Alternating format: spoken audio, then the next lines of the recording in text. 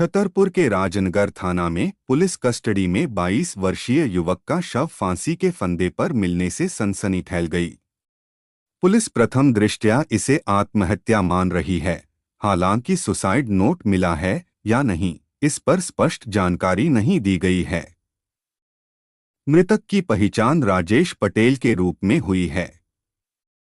घटना की सूचना मिलते ही एसपी अगम जैन सहित मजिस्ट्रेट मौके पर पहुंचे। एफएसएल टीम ने जांच शुरू कर दी है और थाना परिसर को सील कर अतिरिक्त पुलिस बल तैनात किया गया है। मृतक के पिता किशोरी लाल का आरोप है कि शनिवार सुबह करीब 10 बजे दो पुलिसकर्मी संजय कुमावत और शिवकुमार पाल राजेश को घर से थाने ले गए थे। परिवार का कहना है कि छोड़ने के लिए 50,000 रुपए की मांग की गई। गांव वालों से पैसे की व्यवस्था करने के बाद शाम को बेटे की मौत की सूचना मिली। परिजनों का आरोप है कि राजेश ने आत्महत्या नहीं की, बल्कि पुलिस पिटाई से उसकी मौत हुई है। उन्होंने संबंधित पुलिसकर्मियों के खिलाफ एफआईआर दर्ज कर सख्त कार्रवाई की मांग की है। उनकी क्या गलती है? पूरा घटना क्या हुआ है? पूरा घटना तो साहब जी गांव से पकड़ लिया, हम धदेरा तो वहाँ लेके पकड़ लिया संजय सिंह और शिव कुमार जी पकड़ के लिया के पूछी कहा पे तो बोले चलो मैं बताएंगे थाने में। तो बस इतनी कोई जानकारी फिर बस।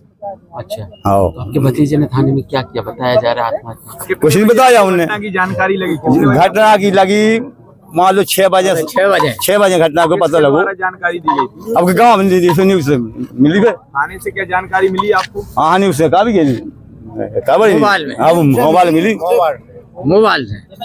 हाँ सब जाने नहीं, वो मोबाइल से नहीं मिली साहब। हाँ मोबाइल से मिली सब। पैसा की मांगे? शिव कुमार संजय ऐसी ओके छोड़ दे तुम्हारा कहाँ छोड़ दे। कितने रुपए की मांग की? उन्होंने कही थी 50,000 रुपया। सोमा भैया ने मालूम नार पार करके पहुंचा पैसा, फिर कब भाई खत्म हो गया तो फिर उन्हें पैसे नहीं लाए। कितने रुपए लाए थे? कितने रुपए लाए थे? 50,000 आए थे साहब। पैसे दिए हैं अभी? नहीं अभी पैसे फिर कौन लाए उनने? भाई मारेगा फिर कहाँ ले पैसा? आपका नाम क्या है? मिला जुला के सोचने वाली केवल इतनी बात है। परिवार के अनुसार राजेश पर कोई एफआईआर दर्ज नहीं थी। जिन पुलिसकर्मियों ने उसे पकड़ा उनमें से एक ड्यूटी पर भी नहीं था। शव उस कमरे के वॉशरूम में मिला है जहां महिलाओं और बच्चों की सुनवाई होती है। राजेश मजदूरी करता था और उसका एक छोटा भाई भी है। घटना के बाद बड़ी संख्या में स्थानीय लोग थाने के बाहर एकत्र हो गए और पुलिस प्रशासन के खिलाफ नारेबाजी करते हुए धरना शुरू कर दिया। मृतक के एक दोस्त के अनुसार सुबह दो पुलिसकर्मी सिविल ड्रेस में मोटरसाइकिल से आए थे और बिना कारण बताए राजेश को अपने साथ ले गए। क्या नाम है आपका? आनंद तिवारी, समाज सेवी है। क्या मामला? यही राजनगर के निवासी है। क्या मामला? और 6 बजे से लेके अभी वर्तमान में जितना समय हो रहा है अभी यही थाने के सामने खड़े हैं और सारा घटनाक्रम अपनी आंखों से देख रहे हैं और यहाँ खड़े लोगों से सुन भी रहे हैं। कुल मिला जुला के सोचने वाली बात ये है, बालक के जो मृत व्यक्ति है उसके परिवारजन, उसके पिताश्री और चाचाश्री, लगभग गाँव के लोग, यहाँ आसपास के क्षेत्र समाज और लोकल के लोग, सब लोग यहाँ खड़े। मामला ये है, बताया जा रहा है कि जिस व्यक्ति की मौत हुई है थाने के जस्ट बगल में एक बाजू में कक्ष बना है महिला डेस्क रूम से, वहां पे उस व्यक्ति की मृत्यु हुई। तो एक पुरुष युवक जो अपराधी है उसको महिला डेस्क में क्यों ले जाया गया? सबसे पहला प्रश्न। महिला हेल्प डेस्क जो रूम बना है वहां पे एक पुरुष अपराधी युवक को क्यों ले जाया गया? पहली चीज। और अगर ले जाया गया तो मृत घोषित हो गया, वहां पे पुलिस की कस्टडी में ऐसी कौन सी सामग्री उपलब्ध थी जिससे उसने फांसी लगाई? जब किसी भी अपराधी को गिरफ्तार किया जाता है, किसी अपराध में पकड़ा जाता है, तो सबसे पहले उसकी व्यवस्था ये की जाती है कि वो तो या तो किसी प्रकार से भाग ना पाए या आत्महत्या ना कर ले। सबसे पहला काम ये पुलिस का रहता है। उसके बाद भी वो मृत घोषित कर दिया जाता है और कहा जाता है उसने सुसाइड कर लिया, फांसी लगा के उसकी मौत हो गई। राजनगर ये छतरपुर जिले का सबसे चर्चित क्षेत्र है और यहाँ पास में 20 किलोमीटर, मैंने पहले भी बताया, बागेश्वर धाम पे पूरे भारतवर्ष से, पूरे हिंदुस्तान से लगभग 40 से ऊपर, 50 से ऊपर वीवीआईपी और 6 देशों के राजदूत आ रहे हैं वहां पे बुंदेलखंड महोत्सव चल रहा है, 302 कन्याओं का विवाह महोत्सव चल रहा है। आज कल वर्तमान में मध्य प्रदेश के मुखिया यशस्वी मुख्यमंत्री डॉक्टर मोहन यादव जी होकर के गए हैं। और पुलिस प्रशासन कितनी सुप्त अवस्था में है, इतनी चाक चौबंद व्यवस्था होने के बावजूद भी इतनी बड़ी घटना राजनगर थाने के अंदर हो जाती है। ऐसे हमारा सबसे आग्रह ये है, आप सब पत्रकार साथियों से, आपके माध्यम से ऊंचे उच्च स्तर पर बैठे अधिकारियों से आग्रह है, कानून व्यवस्था को जो संभाल रहे हैं, जो सुचारू रूप से चला रहे हैं, ऐसे नरभक्षी लोगों के ऊपर, जो थाने के अंदर भी लोगों का भक्षण कर लेते हैं, ऐसे नरभक्षी लोगों पर सख्त से सख्त कार्रवाई होनी चाहिए और परिवार को न्याय मिलना चाहिए। 2 लोगों पे आरोप लगाया जा रहा है, क्या आरोप? 2 लोगों के ऊपर बिल्कुल सख्त। जब परिवार बता रहा है कि 2 पुलिस वाले सिविल ड्रेस में जाकर के उठा कर ले, वो तो बाइक का नाम भी बता रहे हैं कि राइडर बाइक से लेने गए थे, तो परिवार तो गलत नहीं बोलेगा ना, सब वहां गांव के लोग भी बता रहे हैं, तो कहीं ना कहीं सब तो होगा। और जो व्यक्ति मर गया वो जिंदा होता वो भी बताता, वो मर गया वो क्या बताएगा। कितने पैसे की मांग की? 50,000 रुपए बता रहे हैं कि जमा कर दिए हैं।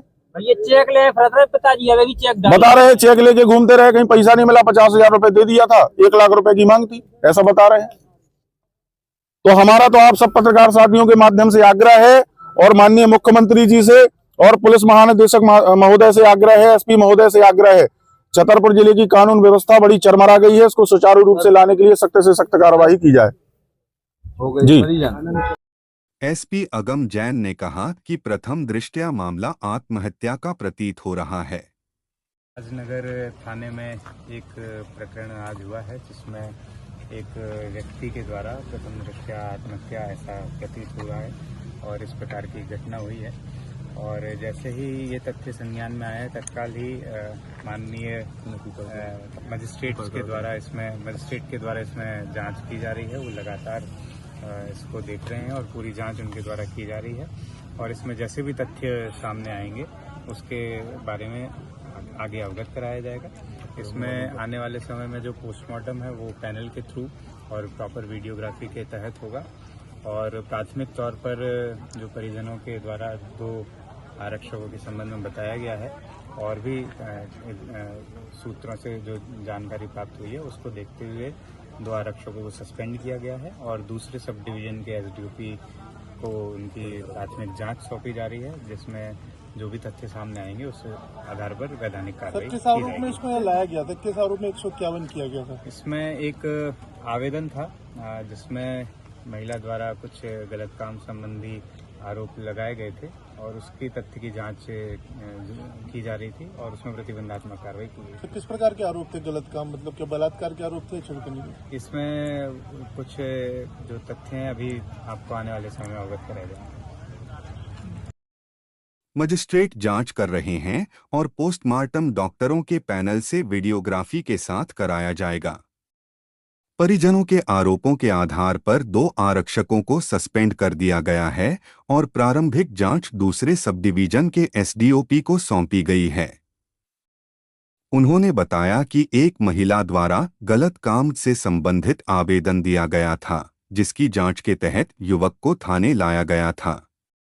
अन्य तथ्य जांच के बाद स्पष्ट किए जाएंगे।